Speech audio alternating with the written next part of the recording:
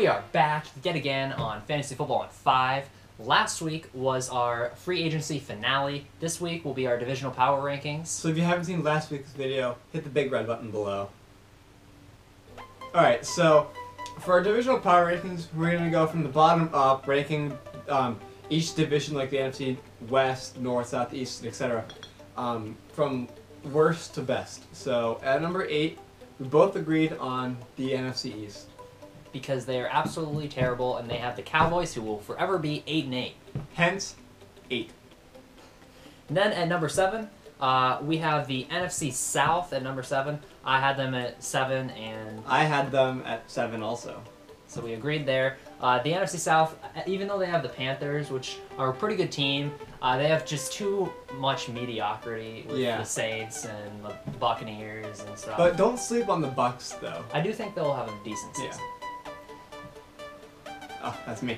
At number 6, we said that the AFC East came in 6. I had them, personally, at 4. I had them ranked 6th.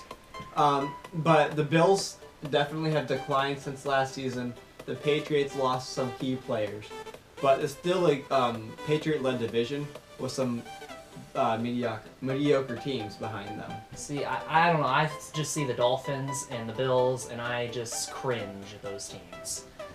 And so at number 5, we have the AFC South. Now, I had them personally ranked 3rd. I had them at 6th. You see, I had them at 3rd. People are probably wondering why. But I see a lot of potential. I see the Colts being a lot better. Obviously, they'll have Andrew Luck back. I see the Jaguars. They've put in a lot of key players. The Titans are getting a lot better, and the Texans got a quarterback finally. I just think that there's going to be like a slum fest with the bottom 2 teams right now, the Jags and Titans, and with the amount of games they play within their division. So I think those games will hurt 1 or 2 of those teams. We'll see. Okay, now at number 4, we have the NFC West. I had them personally ranked 4th. I had them at 3. They are, obviously, they're strong because they have the Cardinals, they have the Seahawks. The thing that's kind of lowering them are the Rams right now, but they might get better. I think the Rams will get better, but I think the 49ers are going to drag this division down, too. They lost tons of players this past offseason and the offseason previous to this, and they're not a very well-coached team with Jim Tomsula last year, now Chip Kelly. So I expect there to be a lot of havoc with that team and inside their locker room also. Number 3, we said the NFC North fell there. I personally had them at number 2. I had them at number 5. You're probably thinking, what? The Vikings fan has them at number 5? Well, I had them at 5 just because the Packers and the Vikings, they are the cream of the crop of that division, but the Lions and the Bears are terrible, and the Lions are just getting worse. So. I saw something online the other day that's a Packers and Vikings division, or it's a 2-team division, and then the other teams. Pretty much. So. At number 2, we have the AFC West. Now, I personally had them ranked number 1. I had them at 5. I had them ranked number 1 because this is by far the best division, I think. It has a lot of... Any team could win the division, essentially. The Chiefs are going to probably get another 10-win season. Broncos are probably going to be decent, even though they have Mark Sanchez at quarterback. For now. And the Raiders are going to be a good team as well. Yeah, the AFC West, I had to remind myself what division we were talking about.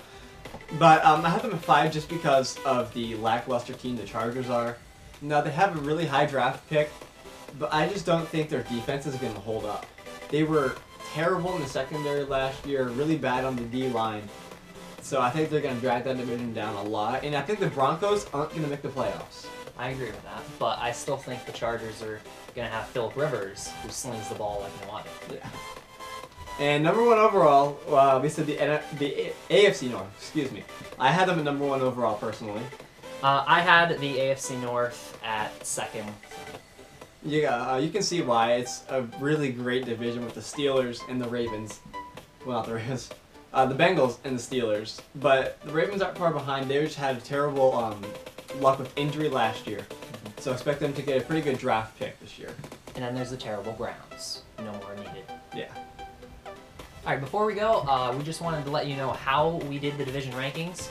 We each made our separate division rankings without any influence on each other.